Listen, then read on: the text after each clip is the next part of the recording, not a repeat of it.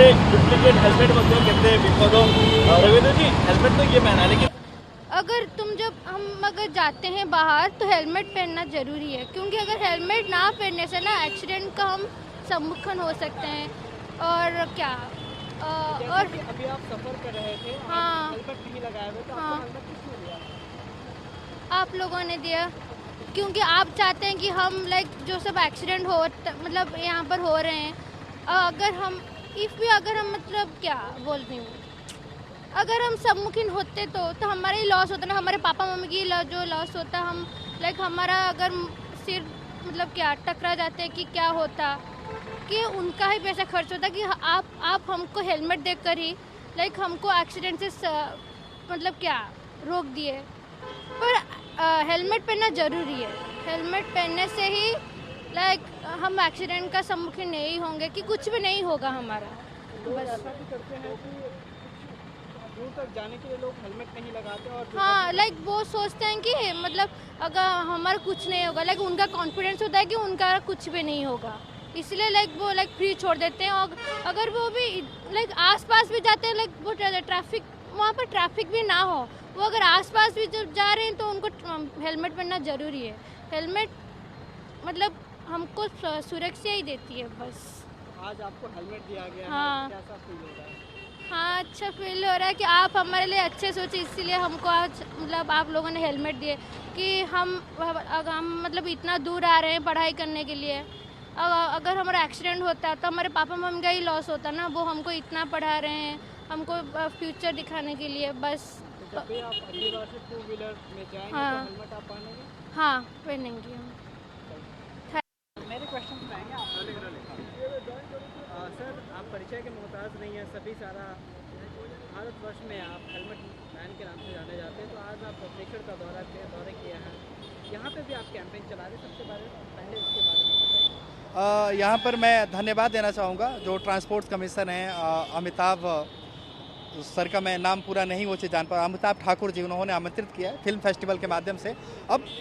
पूरी दुनिया जब मुझे जानती है कि सड़कों पर हेलमेट बांटता हूँ तो मैं फिर यहाँ कैसे रह सकता हूँ, तो यहाँ पर सुबह से ही हेलमेट बांट रहा हूँ। और मेरा मकसद यही है कि आज से 9 साल पहले हमने अपने मित्र को जो खोया था,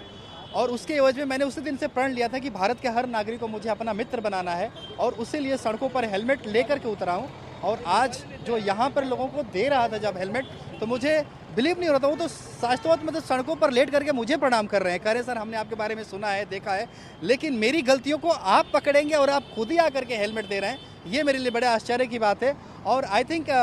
बदलाव जो यहाँ पर है, जो लोगों में हेलमेट पहनने की अवेयरनेस भी मुझे बहुत ज़्यादा दिखी, और यहाँ पे लोगों में जागरूकता भी है। और अभी रिसेंटली जो फिल्म फेस्टिवल अभी हो रहा है, आई थिंक उसके मार्गदर्शन से बहुत बड़ा लोगों में इनिशिएटिव भी डाउन टू अर्थ लोग हो रहे हैं, और सड़क सुरक्षा के प्रति लोग जागरूक भी हो रहे हैं उड़ीसा में, अन्य राज्यों की अपेक्षा यहाँ मुझे कुछ ज़्यादा दिखाई दे रहा है। जैसे कि आप कई सारे लोगों को जो टू व्हीलर वाले थे, सभी लोगों को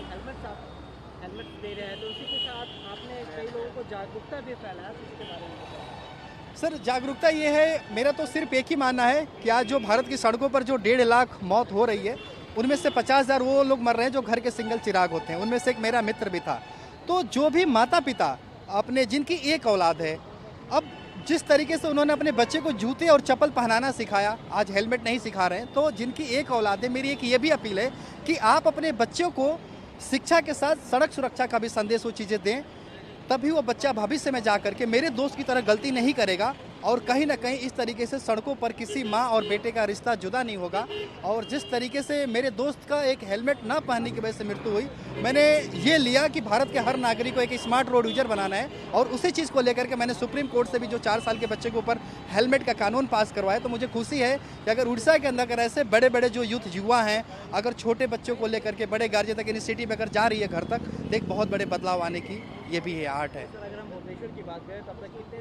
सारे लोगों को आप डिस्ट्रीब्यूट कर चुके हैं, और भारतवर्ष में बात करें तो कितने लोगों को आप? अभी सर सुबह से 20-25 से ही हेलमेट हमने वो चीज़ें किया हुआ है, बाकी और भी लगातार जारी रहेगा। और अब तो सिलसिला रिश्ता हो गया है, मतलब यहाँ पर जूरी मेंबर भी मुझे बनाया गया है, तो ये आप कई बार देखेंगे कि लगातार लोगों को हेलमेट बैंक भी स्कूलों में हमें डेवलप करना है, अन्य भी माध्यमों से बहुत सारे यूथ को अपने साथ लेकर के आना है। शायद आंकड़े आने वाले ये 10,000 के बीच भी हेलमेट जा सकता है फ्यूचर में। अगर हम भारतवर्ष की बात करें तो अब तक आपने कितने सारे लोगों को 56,000 से अधिक हमने हेलमेट बांटा हुआ, एक वर्ल्ड रिकॉर्ड भी अपने आप में है और सिलसिला ये अभी भी सड़कों पर जारी है। आप हेलमेट बांटने के साथ आप लोगों को जागरूक भी करते हैं, हाँ उसके बारे में बताइए। सर, जागरूकता एक तो लोग जानते हैं कि मैं अपने दोस्ती के लिए कार्य कर रहा हूँ, लेकिन कुछ वैसे भी जो मदर हैं जिन्होंने अपने पुत्र को खो चुकी हैं, सोशल मीडिया के माध्यम से जो मेरा वीडियो देख रही होती हैं, उनको एक जीने की एक आस दिखती है। और बहुत लोग हैं जो